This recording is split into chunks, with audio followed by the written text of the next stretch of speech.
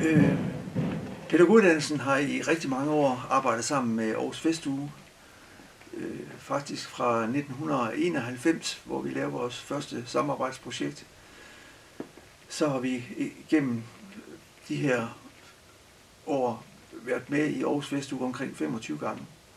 Og i år, her i 25, havde Aarhus Festuge 60 års jubilæum. Og så fik vi en henvendelse fra Festugen, der gik på, om vi kunne tænke os at være med til at deltage i sådan en dag, hvor man skulle holde en fest for Aarhus Festuge for de 60 års jubilæum. Det skulle være den 6.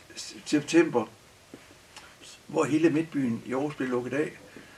Og så tænkte Aarhus Festuge, det ville være en god idé at invitere pædagoguddannelsen, fordi de har deltaget så mange gange i Aarhus Festuge.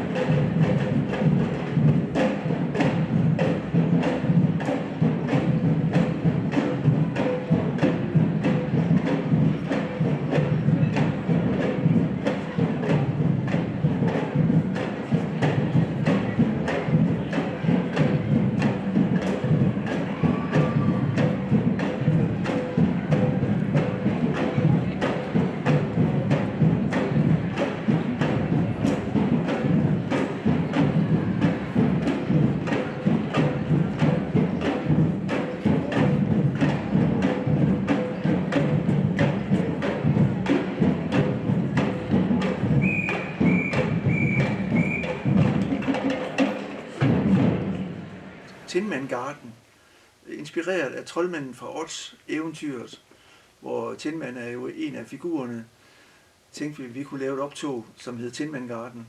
Det skulle være en hyldest til pædagoguddannelsen eller til det pædagogiske fag, i det Tin Man jo er en figur, som har et meget, meget varmt rødt hjerte.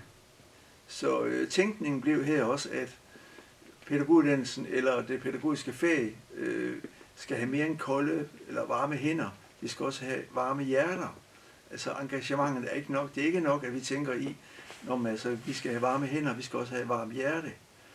Så hele det her optog blev stablet på benen som en form for garde, hvor alle var i Tin Man kostymer, og så var det et percussion orkester, ikke et traditionelt gardenorkester, men et percussion orkester, som skulle gå ned gennem strøget og så hylde pædagoguddannelsen og hylde Aarhus Festuges jubilæumsshow.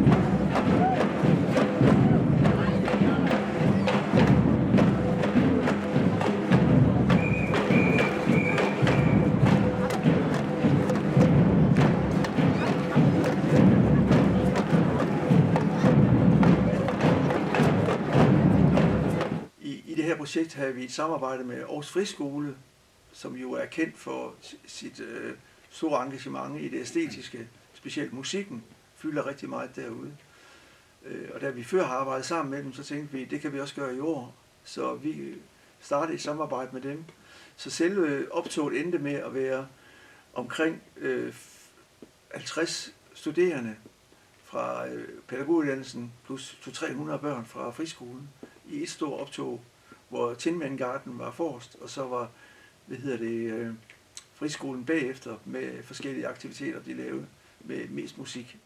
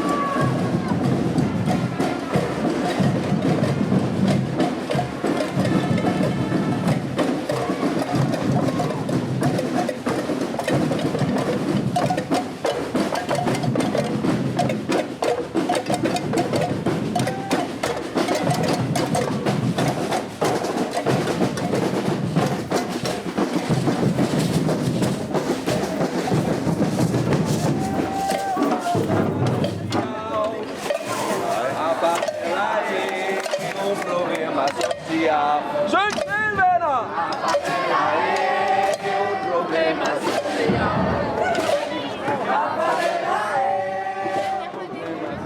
Og jeg synes, det er ret interessant. Vores pædagogernes fagforening Bubel har på et tidspunkt lavet en undersøgelse af, hvor meget musik der er i institutionerne. Og det var helt tragisk, helt vildt. Det, der kom ud af den undersøgelse, det var, at der faktisk slet ikke er musik tilbage i daginstitutionerne. Så man råbte rigtig meget vagt i gevær i forhold til i hvert fald musik.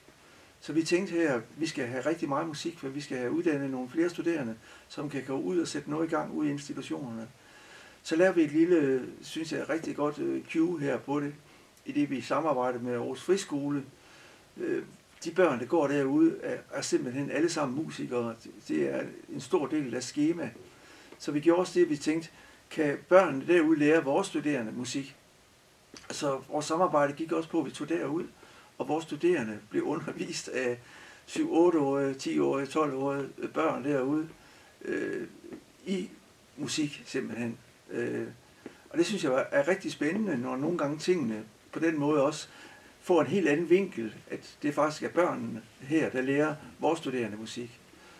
Og man kunne se det i optoget her også, synes jeg helt tydeligt, den der glæde, der også kom ud af at være sammen med de der børn ud fra friskolen.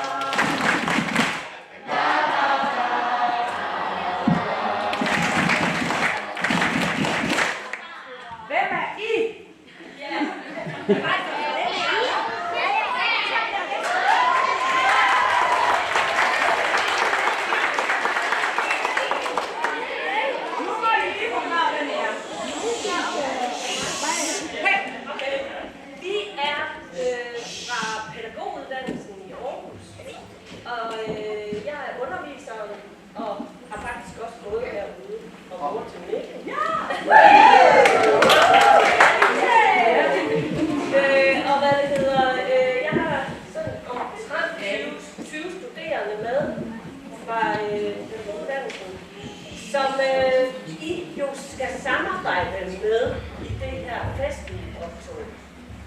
Så vi laver noget og går op fra banegården og kommer ned og møder jer. Og så bliver vi en stor, kæmpe stor optog, parade, gåtur ned igennem Strøget, som vi lige har lært, der er. Og ja, og det er sådan set derfor, vi er her i dag, fordi vi vil rigtig gerne spille kærlighedstemaet sammen med jer.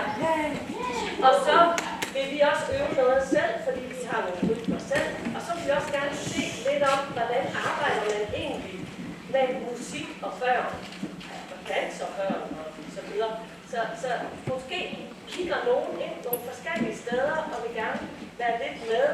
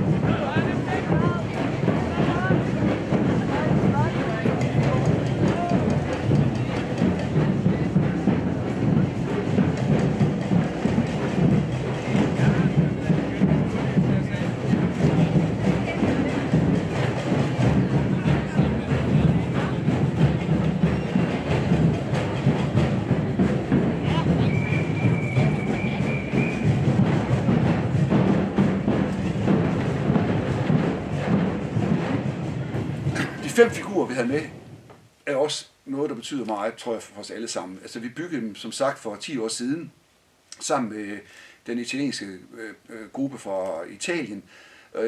Og det var vores studerende, som arbejdede sammen med brugere, også af forskellige brugere. Og vi havde en af det, vi kalder for virkelighedsnær læring, hvor vores studerende skulle lære at interviewe de her mennesker, og så skulle de udtrykke det i en papmaché-figur.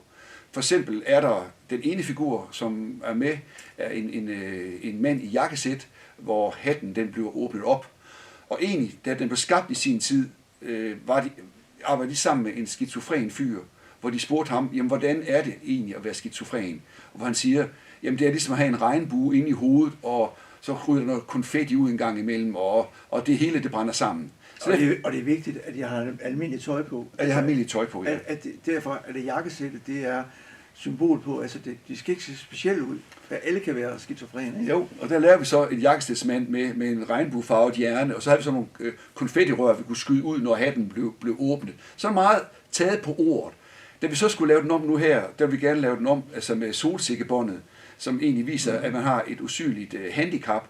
Og da vi så står og skal til at lave den og åbner hatten, så kan jeg godt se, at det er en regnbuefarvet hjerne, som jo betyder noget helt andet i dag i forhold til også LGBT+, som er en vigtig ting. Og så malte vi hjernen lyserød som sådan en helt ny, frisk hjerne, og så havde den der solsikke, båndet på, for at vise, at jamen, jeg har et skjult handicap, for ligesom at reklamere det lidt. Så havde vi en kvinde med 4 forskellige børn, som egentlig er farvet grøn, gul, blå og rød i ansigtet, for ligesom at sige, jamen uanset hvilken farve du har, så er vi alle sammen børn på den her planet.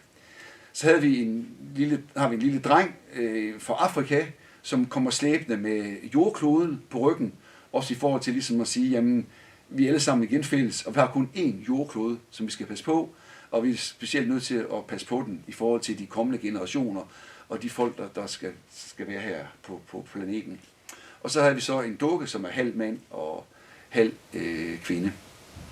Prøv til her.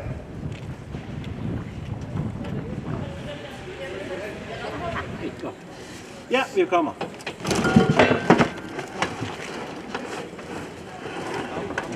Vi skal have den lidt længere tilbage.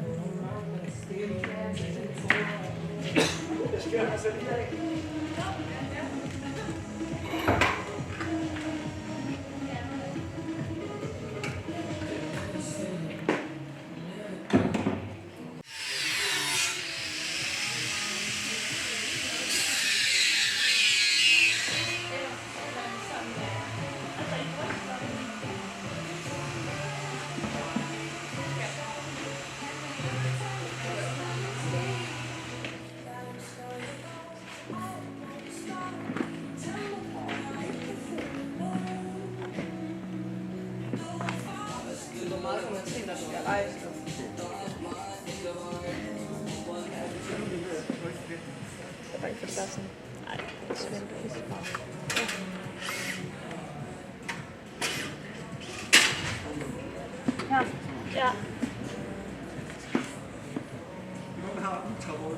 Fuck, det er pænt. Ja, den er da god. Altså, jeg føler bare, det brænder direkte. Den er også bare sådan en rød til meget længe. Gør det så frem.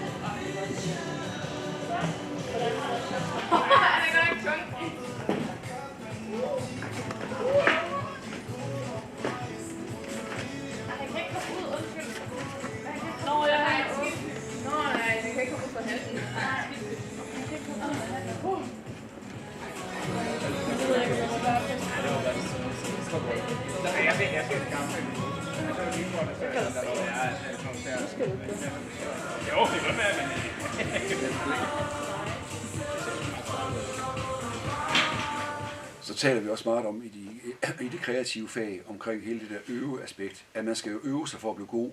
Der er ikke nogen tvivl om, hvis man skal spille klaver eller violin eller guitar, så skal man bruge tid på at øve sig med akkorder og skalaer og samspil, eller hvad det nu må være. Og sådan er det også inden for det performative udtryk. Selvom det selvfølgelig er en tid, som vi fornemmer, at folk har svært ved ligesom at skulle stille sig op foran nogen. Men det der med at så skulle øve nogle små koreografier til den musik, der så var blevet skabt til det her, synes jeg egentlig kom til at fungere rigtig godt, da de studerende så tog den og havde lyst til at øve selv. Også den der fordybelse, der er i at skulle ud og vise det for nogen. Og selvom vi kun havde den lille uge til at lave det i, så synes jeg faktisk, at vi nåede ret langt med det endelige udtryk.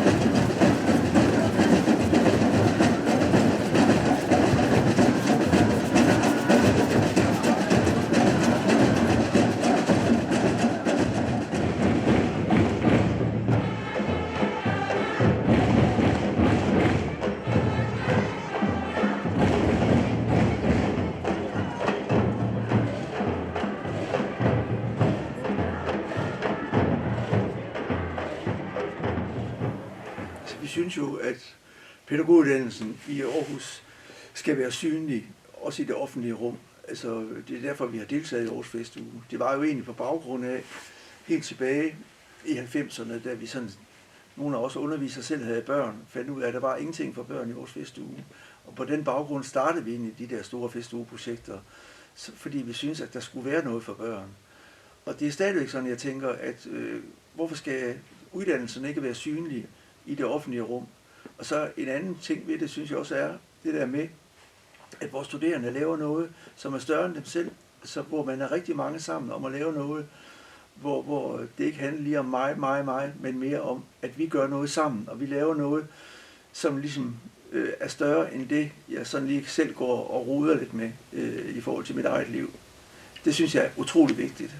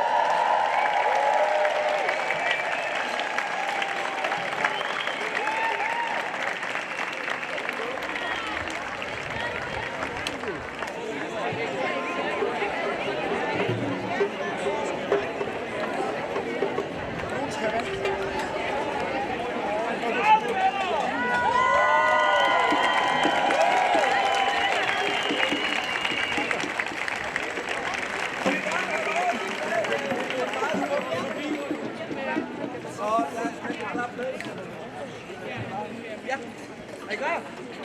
Er I klar over? 1, 2,